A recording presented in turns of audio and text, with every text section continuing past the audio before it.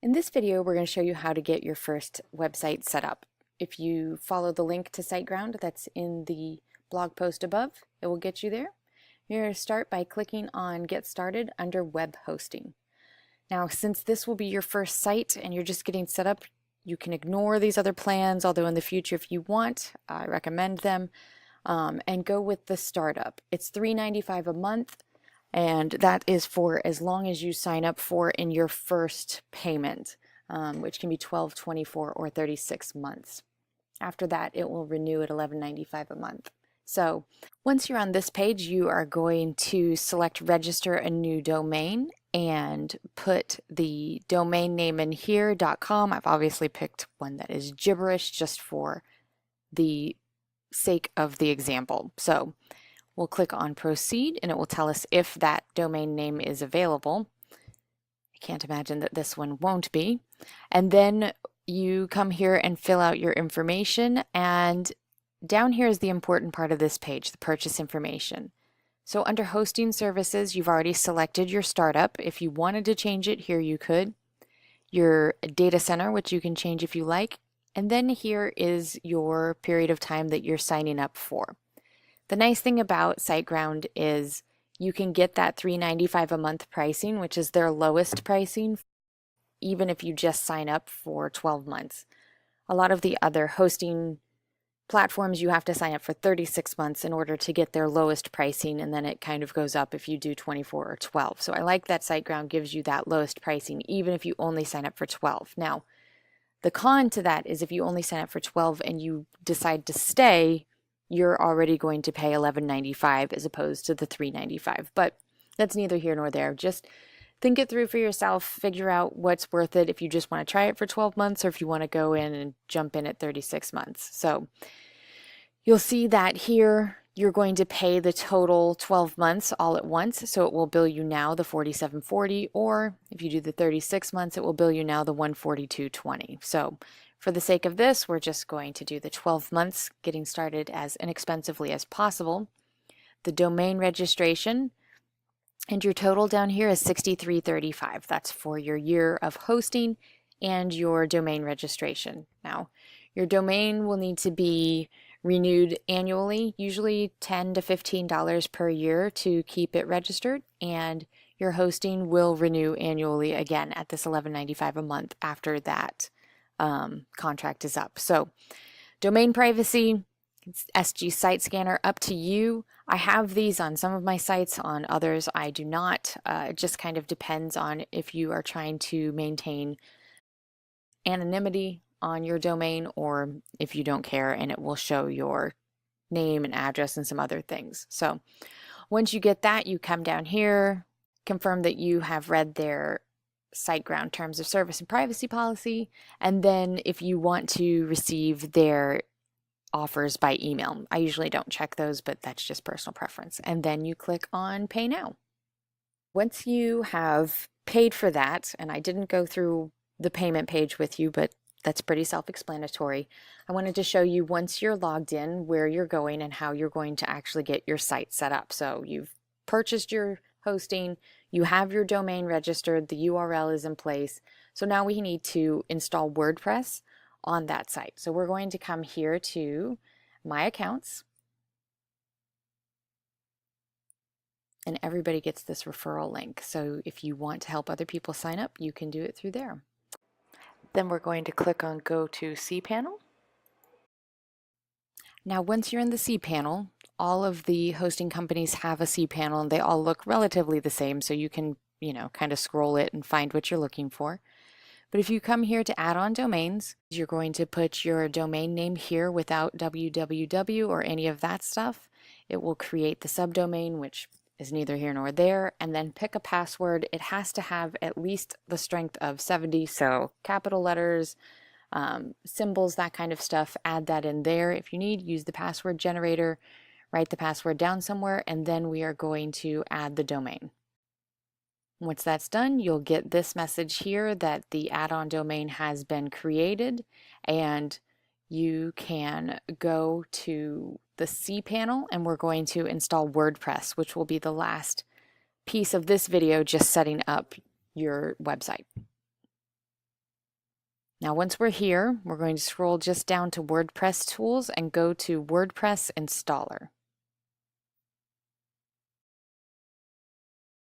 Okay, we can just scroll down just a little bit and click on Install Now.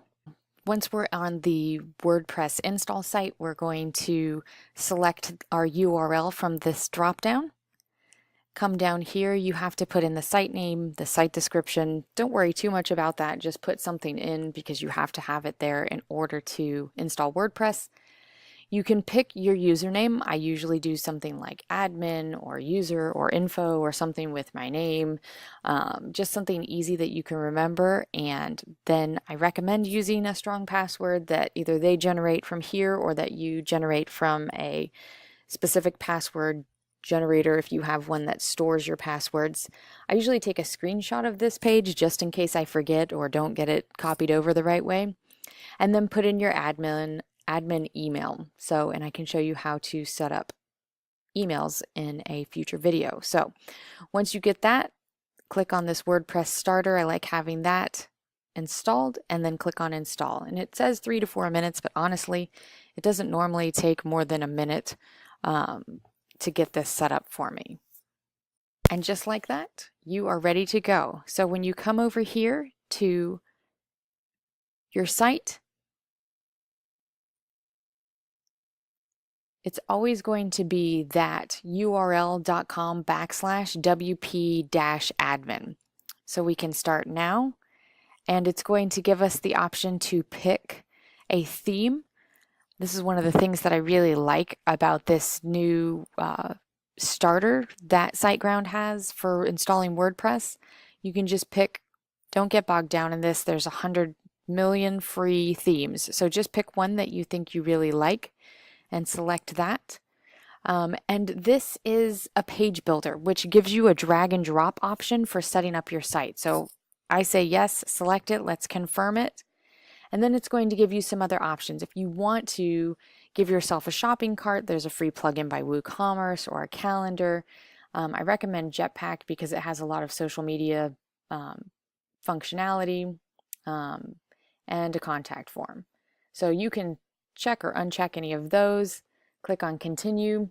I recommend Google Analytics, optimizing for SEO, and this opt-in monster is a great free resource for you building it out. So you can get an email list going. And the nice thing about that is you start with the free version, and if you ever outgrow it, you can download and export your CSV file of all of your email subscribers and upload it to any of the email marketing providers. So MailChimp, Drip, ActiveCampaign, any of those. So then it will install all of these plugins, the theme that we picked, and also the page builder.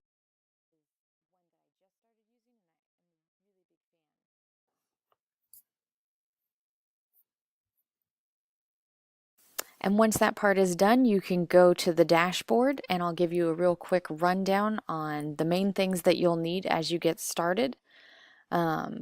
If you're going to blog, your posts are here. You can click on Add New. And it gives you the option to use the WYSIWYG editor, which is here. Type your blog here. Or you can use this Elementor page editor, which I'll show you in a different section. Pages. So this is where you're going to find your home page, the different things that it's got built out already for you. If you want a new page, you can come here and put in the page title.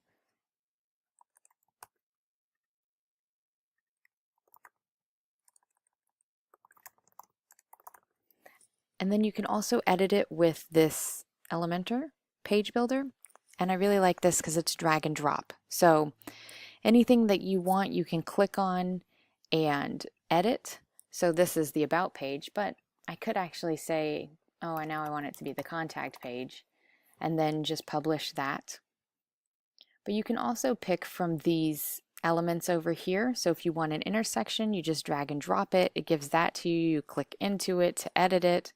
If you want a heading section, you can put that above or below. Spacers, if you need room in between them, you just drag and drop them. So you can see you can pretty much pick anything. And then once you're done editing in here, you can just exit to the dashboard. I'm not going to save this. And go from there. They also have already built out a home page for us on this one I saw. So we can take a look at that if you want to work off of what they've already put together. Sometimes they're pretty good.